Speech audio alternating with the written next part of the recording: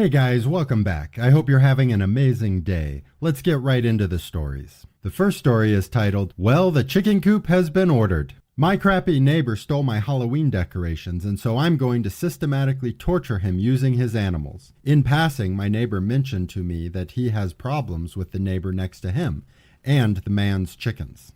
He was trying to convince me that that neighbor has some grandkids that probably stole my decorations. I wasn't buying it. And disclosed he's had problems with them for years because they have chickens. It's allowed here if you only have a few and no males past the age of maturity.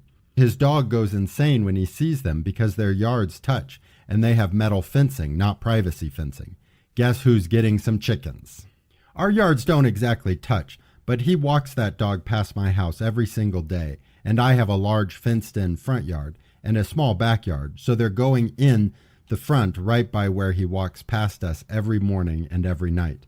On top of this pretty average plot, I now have a tombstone in my yard that reads, Here lies the thief that stole my skull. It was a skull decoration that I made just for them. My husband took all the other decorations down because he didn't want them stolen too, and says we can put them up Halloween night since we will be home. Newborn and trick-or-treating isn't a great plan. So the tombstone is the only decoration and it's pointed directly at their yard. I also intend to have a revolving door of male chickens just the right side of maturity in my yard at all times to sing him and his dog the songs of his people. Once it's too old to keep, I'll either sell it or eat it.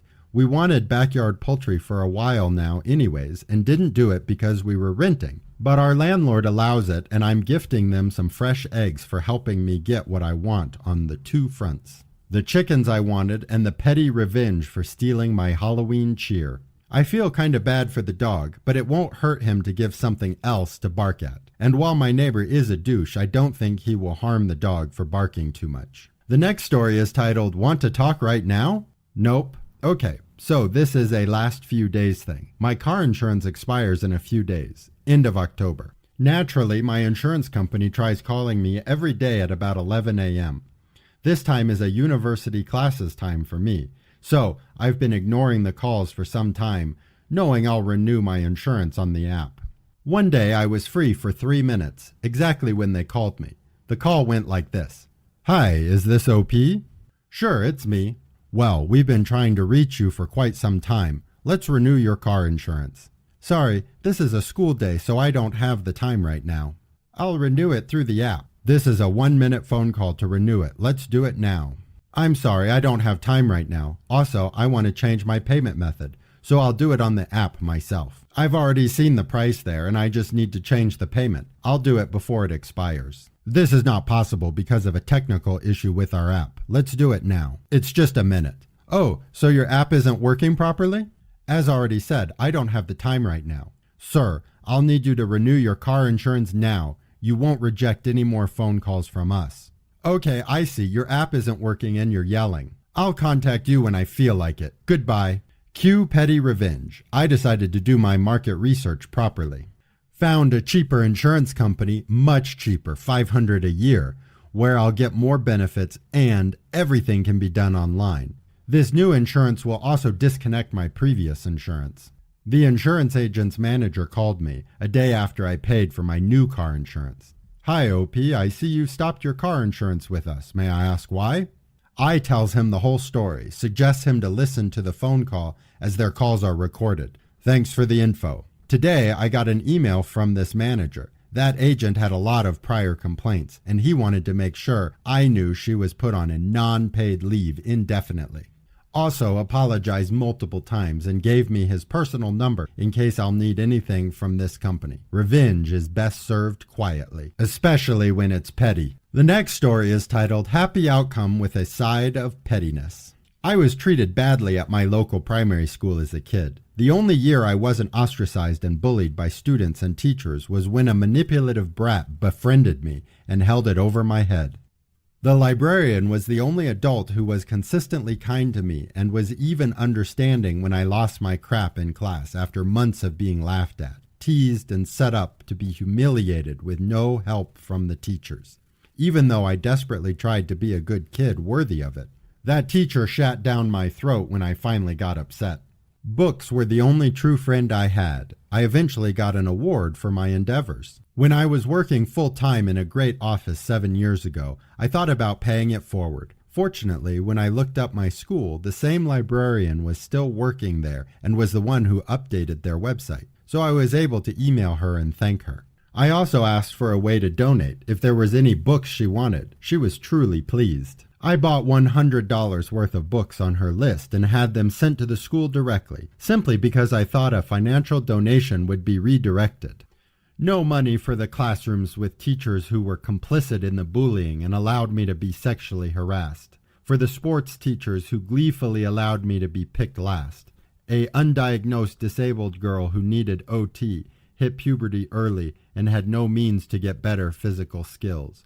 Nor for the music teachers who wouldn't let me touch an instrument other than a recorder. That earned me screams from my parents, because I wasn't a rich kid already getting music lessons with their own instrument from elsewhere.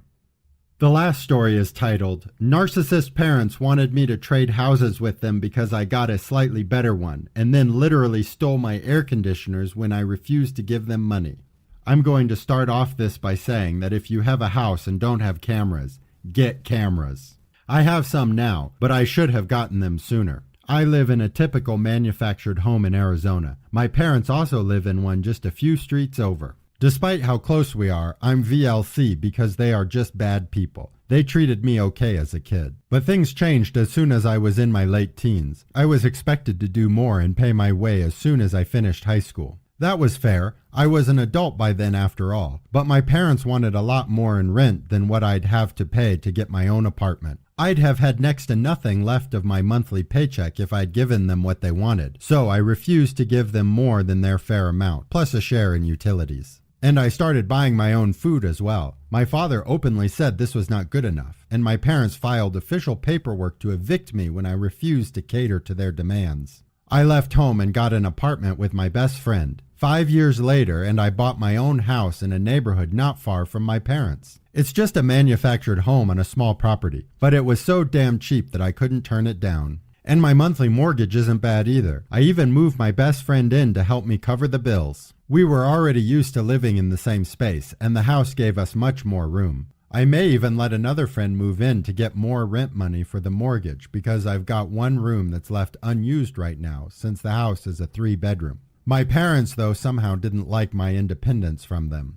Did they want me to fail or something? I don't know. But the incident that caused the VLC was when they demanded I trade houses with them. Yes, you heard that correctly. They wanted to trade. Their manufactured home is smaller and older than mine and has one less bedroom. And their yard is smaller too. Not that either of us have any grass. It is Arizona after all. When they first saw my place, they looked pissed. After a couple more visits, my father said it wasn't fair that I was doing better than them, and I was rubbing my nicer house in their faces. It's just an old manufactured home in one of the hottest states in the U.S. Seriously. What's to brag about? But I guess having something even slightly better than what my parents had irked them. And as I have already said, they demanded we trade houses because of it. My friend who lives with me literally fell onto the couch laughing when they said that. And I couldn't help but join in. My father said it was not funny. And to give him what he wants. When I recovered my composure, I said he and my mother were not entitled to my house, or anything I own for that matter. And then told them to get the duck out. After that, we barely spoke. And then the pandemic hit. Didn't really change my life much. I like the peace and quiet, and my friend knows to leave me alone most of the time. My father, however, got laid off. And he struggled to find another job. He ended up working in the local Mardo Walls for half the year before getting a better paying job. I did get a kick out of seeing him there when I was shopping for groceries. But as much as I hate him, I'm not going to call him a bad employee. He did fine, but during that time, he and my mother kept calling me and asking for money. And I know what you all are thinking. Don't lend them anything. They don't want loans. They wanted handouts. Why? Because they raised me and I owed them. I said if they didn't want the cost of raising a kid, they shouldn't have had one. A few weeks ago, though, my mother called me begging for money because their dinosaur of a window AC unit finally crapped out. I told them I was not giving them anything, and they were too cheap to replace that old AC unit for a long time, so I wasn't going to buy them a new one.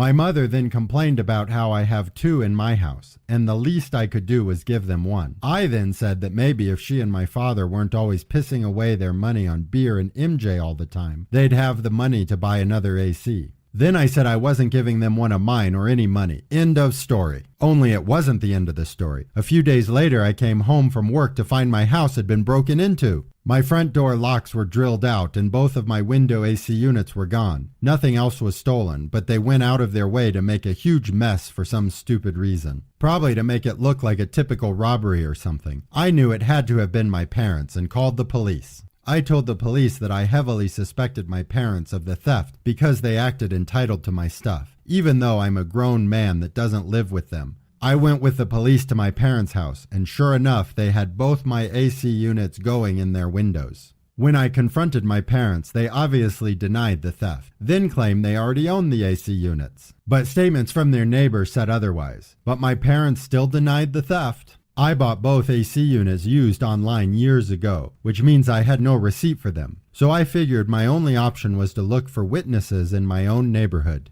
And as luck would have it, a neighbor across the street had security cameras, and the edge of one of them caught just enough to see my parents showing up in my father's truck. My father could be seen walking with a cordless power drill in hand, and a few minutes later they came back to the truck with my AC units. Then went back in to ransack the place, I'm guessing. With this evidence in hand, police had cause to arrest my parents. At first, both acted like they had done nothing wrong, but I convinced the police to let me do the talking. I said they could either return the AC units to my home and clean up the mess they made, or I'd let the police arrest them both right there. They'd already stolen from me, lied to police, trespassed, vandalized my house, broke my front door locks, and there was video evidence of what they had done. If I pressed charges, they were going to jail for sure. My parents looked deflated, then asked for a moment to talk with each other in their bedroom. I heard a lot of shouting from both, and I could hear my mother yelling that my father was an idiot, and he was trying to blame me in turn. After about 5 minutes, they came back out looking even more deflated, and said that they'll return the AC units and stop bothering me for money if I didn't press charges. I said they were going to clean up the mess in my house and buy new locks for my front door as well. And then I wanted written apologies from both on top of it. They begrudgingly agreed and even got a police escort back to my house. My father was forced to put the AC units back in my windows, and then left my mother to clean up the huge mess they made while he went out and bought replacement locks for my front door. He was gone about an hour and came back with a new stainless steel lock set to replace the knob and deadbolt. Then he had to help my mother finish cleaning. During this time, I let the two cops just sit and watch them while drinking soda. They said it was very entertaining. After everything was cleaned up, I gave my parents each a piece of paper and a pencil. Then I told them to write out apologies to me for what they'd done. My father looked especially pissed and said I was treating him like a child. I said he was acting like one and never stopped treating me as a child either. This was just me holding him accountable, and I could have sent him to jail, but I felt like this was better for teaching him a lesson. Then he kind of snorted and started writing. My mother wrote out a good apology, but my father's was half-assed and passive-aggressive, but I didn't care. It seemed to kill him a little inside to have to do it, and when he was done, he left without speaking to me. My mother said she was sorry and she'd leave me alone, then followed him. The two cops said they thought the whole thing was hilarious, and then thanked me for giving them an excuse to take a break while on the job before leaving. Not long after, I shelled out to get some cameras for the exterior of my house, so if someone tries to break in again, I'll get it on video. I only have 2 cameras, but added a couple more fake ones that look real enough just to scare people off. I haven't heard a peep from my parents. But their next-door neighbor told me they went and bought a new AC unit. Guess they had the money for one after all. Makes me wonder how high they were when they thought it was a good idea to steal from me. Maybe having lean pockets for a while will teach them. Then again, they are who they are after all. Thank you for watching, and I'd really appreciate it if you would like this video and subscribe to our channel.